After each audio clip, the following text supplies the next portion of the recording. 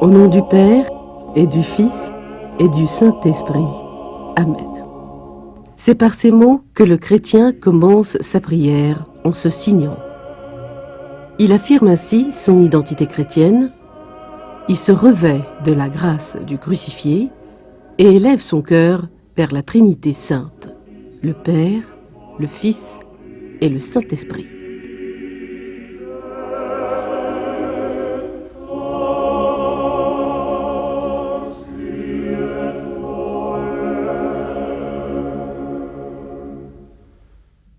Heureux es-tu, Abraham, car tu les as vus et tu as reçu l'unique divinité dans la Trinité des personnes. Dieu a voulu apparaître à Abraham dans la Trinité de ces personnes. Abraham se prosterna devant eux, les accueillit et leur offrit à manger. Il s'adressait à eux tantôt au singulier et tantôt au pluriel. Quand les visiteurs lui annoncèrent que Sarah, sa femme, malgré son âge avancé, sera la mère d'un garçon appelé Isaac, ce qui veut dire « Dieu sourit », il reconnut alors qu'il était en la présence de Dieu. Ces visiteurs, que la Bible appelle tantôt des hommes, tantôt des anges, sont la Trinité apparue à Abraham.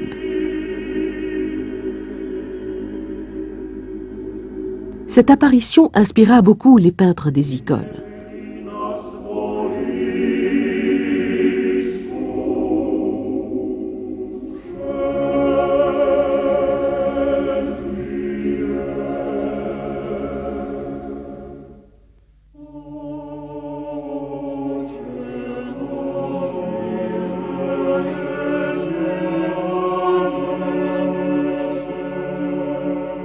Durant la guerre civile russe, Saint Serge Radonsky, fondateur du couvent de la Trinité, a voulu que le peuple dépasse la haine qui déchirait la Russie par la méditation du mystère de la Trinité.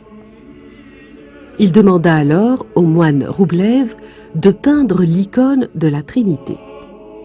Après des années de contemplation, de prière, de jeûne et de méditation de l'évangile de Saint Jean, Roublev choisit l'accueil des anges par Abraham comme point de départ.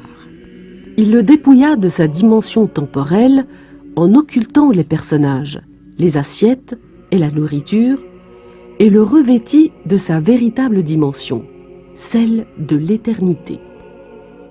Ainsi apparaît l'icône de la Sainte Trinité. La beauté de cette icône consiste dans sa plénitude artistique et doctrinale. Cette icône fut solennellement intronisée au couvent de la Trinité pour qu'elle occupe la place d'honneur dans l'iconostase à droite du sanctuaire. Durant la commémoration du millénaire du baptême de la Russie en 1988, le moine André Roublev fut béatifié.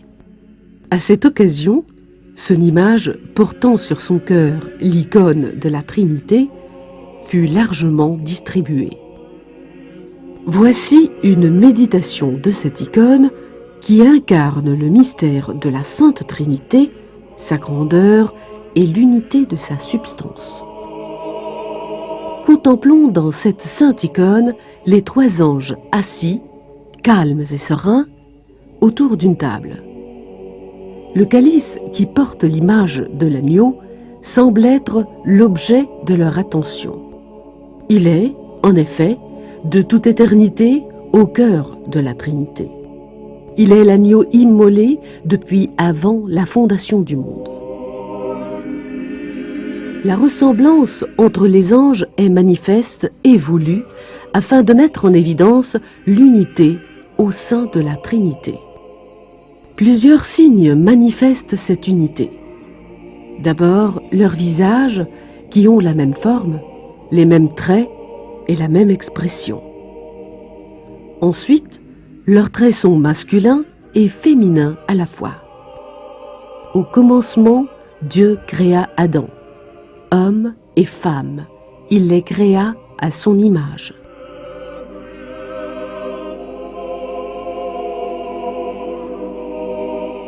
Les ailes dorées, enfin, sont collées les unes aux autres afin de mieux signifier l'unité de ces trois anges.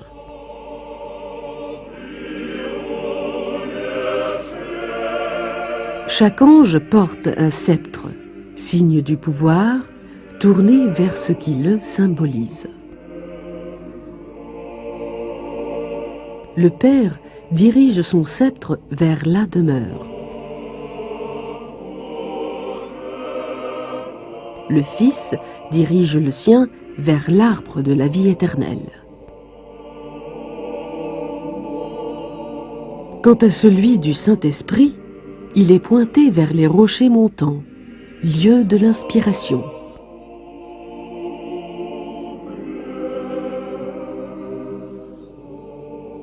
La couleur bleue qu'on voit sous leurs ailes et sur leurs vêtements est, elle aussi, signe d'unité.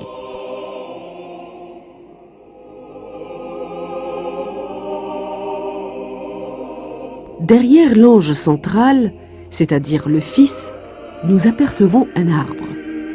C'est l'arbre de vie qui se nourrit de la table. Il a remplacé le chêne, originellement dans la scène biblique de la vision d'Abraham. L'arbre est un abrégé de l'histoire du salut. La Bible commence, en effet, et se termine dans le livre de l'Apocalypse par l'histoire de l'arbre de vie. Dans l'icône, cet arbre symbolise aussi le bois de la Sainte Croix sur laquelle le Christ a été crucifié. Aujourd'hui, il a été suspendu sur un bois.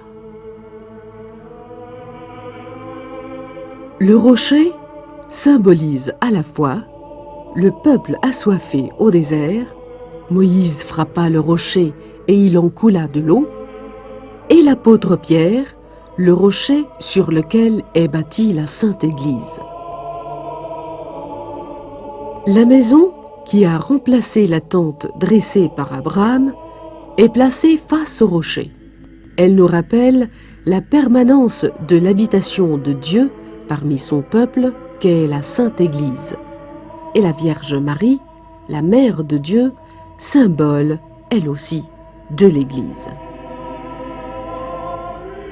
La table symbolise d'un côté le repas divin et de l'autre la terre avec ses 4 points cardinaux, symbole des 4 évangiles pour les pères de l'Église et de l'universalité du Verbe. Le petit rectangle visible au pied de la table raconte les catacombes, où le sang des premiers martyrs chrétiens s'est mêlé à celui de leur Seigneur et Sauveur. Voilà pourquoi l'Église insère toujours de leurs reliques dans les pierres d'autel. Le calice, au milieu de la table et qui remplace l'agneau, est le symbole du sacrifice divin non sanglant que le Christ nous a donné. Remarquons que les 3 anges assis autour de la table laissent une place libre, comme pour inviter chacun de nous à participer au repas divin.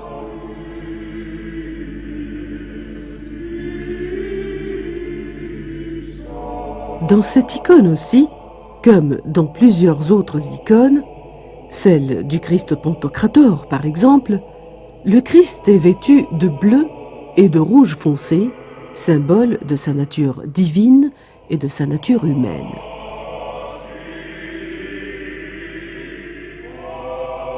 La couleur verte des vêtements de l'ange de droite signifie que le Saint-Esprit est le printemps perpétuel de l'Église, cette Église qui est née le jour de la Pentecôte lorsqu'il descendit sur elle sous la forme de langues de feu. Les vêtements du Père sont tellement transparents qu'il est difficile de leur assigner une couleur déterminée. La Sainte Liturgie dit, en effet, de lui, il est l'indicible, l'incompréhensible et l'inaccessible.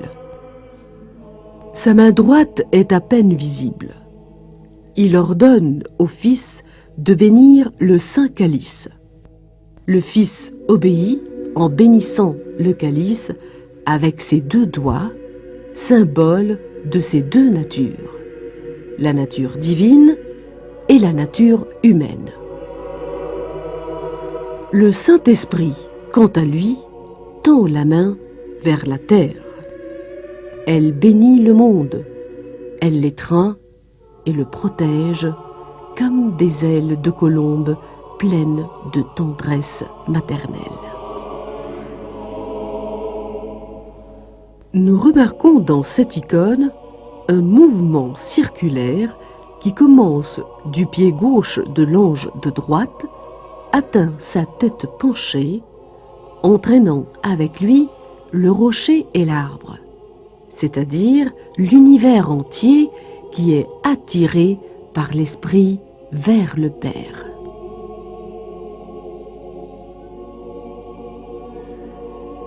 Le mouvement emporte avec lui, ensuite, l'inclination de la tête de l'ange central, c'est-à-dire le Fils, vers le Père. Mais ce mouvement circulaire paraît surtout dans les regards des anges. Dans les icônes, le regard est habituellement tourné vers le spectateur comme pour le fixer. Ici, au contraire, les regards forment un cercle et les visages sont de biais.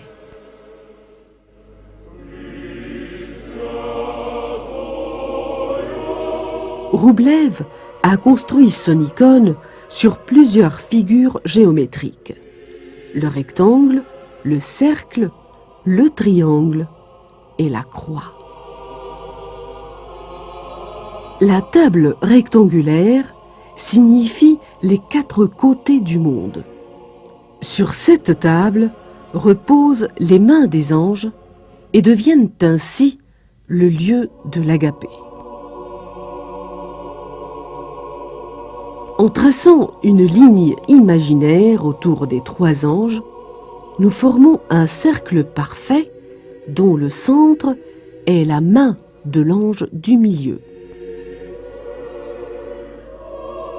Si nous traçons une autre ligne imaginaire partant du pied de la table vers la tête de l'ange de gauche et vers celle de celui de droite, nous inscrivons les 3 anges dans un parfait triangle isocèle, image de l'égalité de leur personne et de l'unité qui les unit. La croix est l'axe principal, mais invisible, de l'icône. Une ligne horizontale, imaginaire, reliant l'auréole de l'ange de droite à celle de l'ange de gauche, forme, avec la ligne verticale, une croix invisible qui se trouve ainsi au cœur de l'agapé trinitaire. Le crucifié est le Fils, naturellement.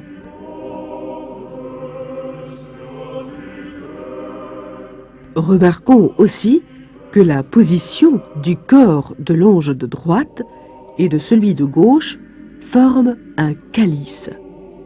Le Christ, à l'intérieur du calice, semble signifier son acceptation d'être la victime rédemptrice qui a répandu son sang pour le salut de l'humanité.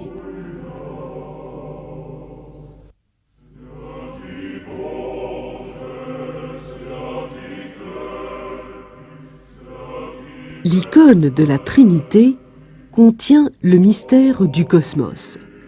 C'est le mystère de l'agapé trinitaire qui est entré dans l'histoire des hommes pour y habiter et y agir.